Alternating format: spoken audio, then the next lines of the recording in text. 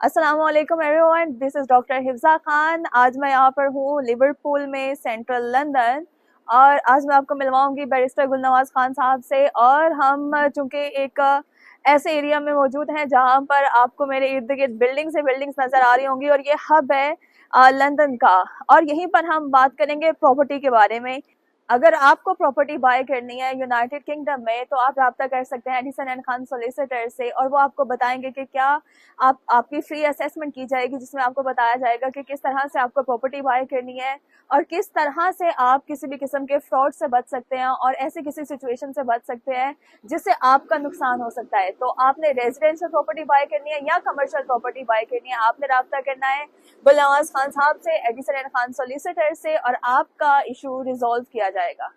तो commercial convincing और lease दोनों एक ही चीज़ का नाम आप कह सकते हैं। कमर्शियल कन्वेंसिंग और लीज मीन कि आपके वहाँ पे ज़्यादा राइट्स होते हैं, एप्लीकेंट के क्लाइंट के ज़्यादा राइट्स होते हैं। और लीज हो सकती है 10 ईयर्स, 15, 20 और 20+।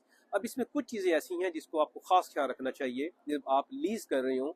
तो उसमें नंबर 1 के रेंट रिव्यू जो है वो कितने अरसे बाद है, और रेंट रिव्यू के अगर टर्म्स हैं तो उसमें मेंशन हो जाए ज़्यादा बेहतर होगा।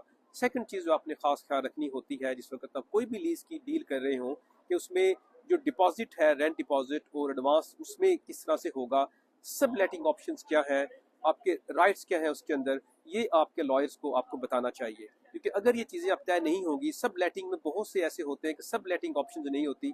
अगर आप उसको सब लेट कर देते हैं तो उसकी आपकी लीज फोरफिट हो सकती है, ख़त्म हो सकती है। तो we have to be very careful. अगर उसमें कुछ सर्विस चार्जेस हैं, आपको डे फर्स्ट के ऊपर पता होना चाहिए।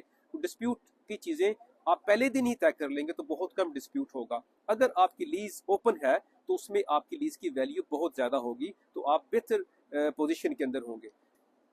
रेजिडेंशियल कन्वेंसिंग, हम सबको पता है कि अगर कोई भी प्रॉपर्टी यूके में बाय करना चाहते हो तो this is only possible through a solicitors firm, law firm. और एडिसन खान सोलिसिटर्स बायर और सेलर दोनों की तरफ से एक्ट करता है। तो अगर आप यहाँ पे प्रॉपर्टी बाय करना चाहते हैं, उसमें हम आपको रेजिडेंशियल कन्वेंसिंग की सर्विसेज प्रोवाइड करेंगे। अगर हम उसमें प्रोवाइड करते हैं तो उसमें what special with Edison Khan solicitors, हम आपको एक डेडिकेटेड केस वर्कर और जो एक मंथ में काम होने वाला वीक्स के अंदर हम आपको वो रेजिडेंशियल कन्वेंसिंग कंप्लीट करके दे सकते हैं, और बड़ी ही कम्पिटिटिव प्राइस के ऊपर। What document we need, proof address, proof of ID, और आपकी जो फंड्स हैं उसकी सपोर्ट में एविडेंस होनी चाहिए। Okay, requirements. अब रेजिडेंशियल कन्वेंसिंग के लिए क्या रिक्वायरमेंट्स हैं? नंबर 1 के जो प्रॉपर्टी आप बाय करना चाहते हैं उसके पास आपको ऑफर इन प्रिंसिपल होनी चाहिए। अगर आपको ऑफर इन प्रिंसिपल है तो लेटर ऑन आपको मोर्गेज अगर आप उसको करवाना चाह रहे हैं तो बैंक की तरफ से आपके पास ऑफर होनी चाहिए, यानी वो बैंक आपको ऑफर कर चुका हो। आपके पास डिपॉजिट होना चाहिए, डिपेंड्स ऑन कि आप फर्स्ट टाइम बायर हैं या सेकंड टाइम बायर हैं या बाय टू लेट कर रहे हैं। ये चीज़ें आपको इंस्ट्रक्शन के अंदर बताना होगी। अगर आपकी इंस्ट्रक्शन क्लियर है और आपके पास सपोर्टिंग एविडेंस है, फंड्स अवेलेबल हैं, फंड्स के सोर्स अवेलेबल है, आपके पास ऑफर इन प्रिंसिपल और फाइनल ऑफर बैंक की तरफ से या जो लेंडर है उसकी तरफ से आ चुकी है और आपकी ऑफर एक्सेप्ट हो चुकी है, तो then you need to provide your specific detail. तो हम उसमें डजंट मैटर सेलर और बायर किसकी तरफ से, दोनों की तरफ से, हम depends on conflict of interest ना हो तो हम उसकी सर्विसेज आपको प्रोवाइड कर सकते हैं। और हम ये काम आपके लिए रीजनेबल फीस के ऊपर, वेरी लो प्राइस के ऊपर एक बेस्ट पॉसिबल सर्विस आपको प्रोवाइड करेंगे। Requirements of commercial okay, convincing. Commercial lease की रिक्वायरमेंट, फ्यू थिंग्स जो आपको जहन में रखने चाहिए। उसमें से ये है कि गुडविल अगर कुछ में है या प्रीमियम है तो वो आपको डिटरमिन कर लिया है तो वो आपको अपने सोलिसिटर को बताना है, वन थिंग।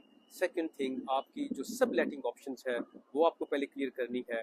इसके अलावा अगर उसमें गुडविल प्रीमियम है तो उसमें डिपॉजिट का आपके पास अरेंजमेंट होना चाहिए।